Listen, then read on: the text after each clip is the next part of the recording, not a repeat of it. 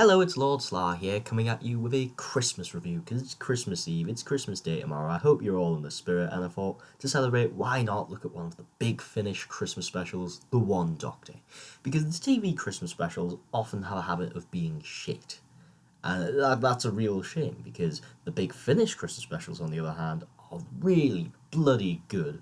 At least the ones I've listened to so far. I'm sure maybe there's some which aren't very good, but this one is brilliant, and obviously Chimes is considered one of the best bits of Doctor Who ever, so you can see how successful the big Finnish Christmas specials are, because they defy what you would expect from a Christmas special most of the time, or at least what we expect from a Christmas special these days. But yeah, without further ado, let's get into it. So the plot of this story is that the Sixth Doctor and Mel land on the planet of Generios 1 to find out that two people are impersonating them. Or not them specifically, but just a doctor and a companion. And they're doing it to try and con people out of money by faking an alien invasion and fending it off. However, a real alien threat in the form of a cylinder comes and threatens the planet and demands tribute. And so the Doctor and also the fake Doctor and the companion and the fake companion have to go around and collect the three greatest treasures of the Generios system and bring them back to the cylinder so he doesn't destroy the planet.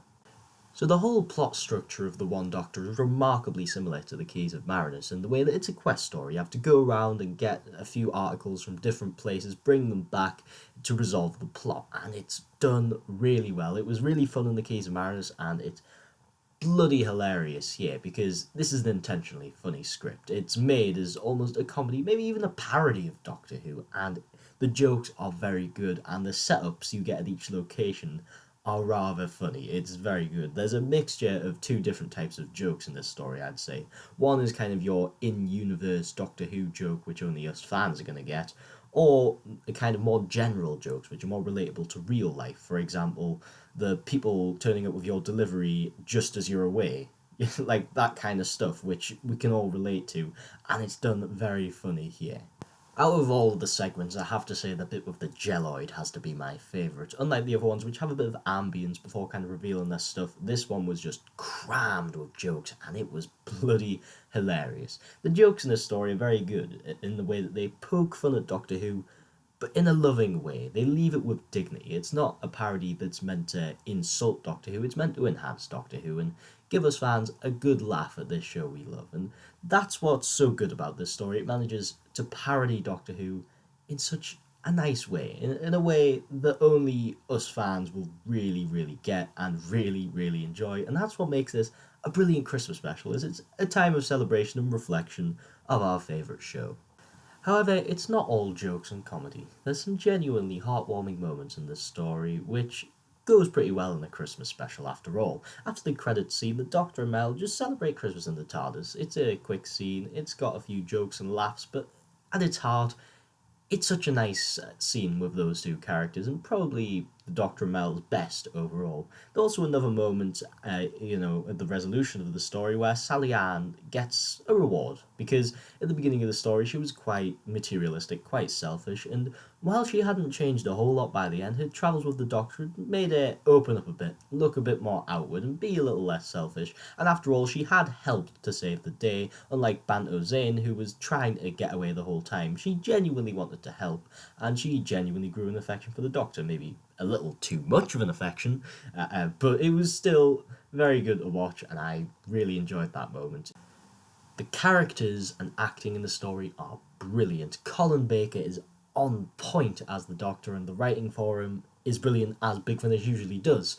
Mel is even a likeable character in the story. Now, I really don't like Mel on TV, and there's some Big Finish audios, but I'm not a huge fan. However, here, she is really, really good. And Bonnie Langford voices her excellently in this one, because there's quite a few audio stories where you hear Bonnie Langford, it's like, not great acting. However, here she's very, very good in that. I really enjoyed her in this story, and that's rare. I do like her in other Big Finish stories like Juggernauts. However, there's some where I don't quite like her, so it's good that they managed to get her character spot on here.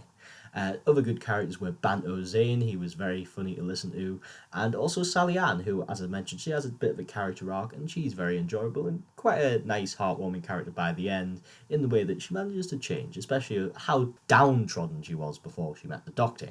And there was a few other characters which were pretty good, like the Jelloid and the robots were pretty hilarious, and also the weird Weakest Link parody people guarding one of the treasures. That was really funny as well. While there isn't a whole lot of characters in this story and a whole lot of acting, it's all done really, really well. So overall, not only is this one of the funniest Doctor Who stories, it's also one of the nicest. It's just a genuinely nice thing to listen to a lot of the time. It's got some of those heartwarming moments, but not just with the characters, but also with some of the jokes, actually. Even though it's a parody of the show, it enhances your love of it, I find. Just the fact that it's poking fun at it in a very affectionate way, and it certainly made me feel good about being such a fan of the show, and it's certainly an audio which allows you to reflect on how much you like the show and what the show is like, and that shows to me a really successful audio, I think, and I can't find any fault in it. There was no part where I was bored, there was no part where I was like, ooh, that sticks out a bit. It was all done really, really well, so there's no other score I can give it than a 10 out of 10. And at the price of only £2.99 to download on the Big Finish website, you must go get this now. It's simply a must have, and if you want the best experience, listen to it tonight on Christmas night. That's all for today, and I'll see you back next time in another video. And incidentally, a Merry Christmas to you all at home.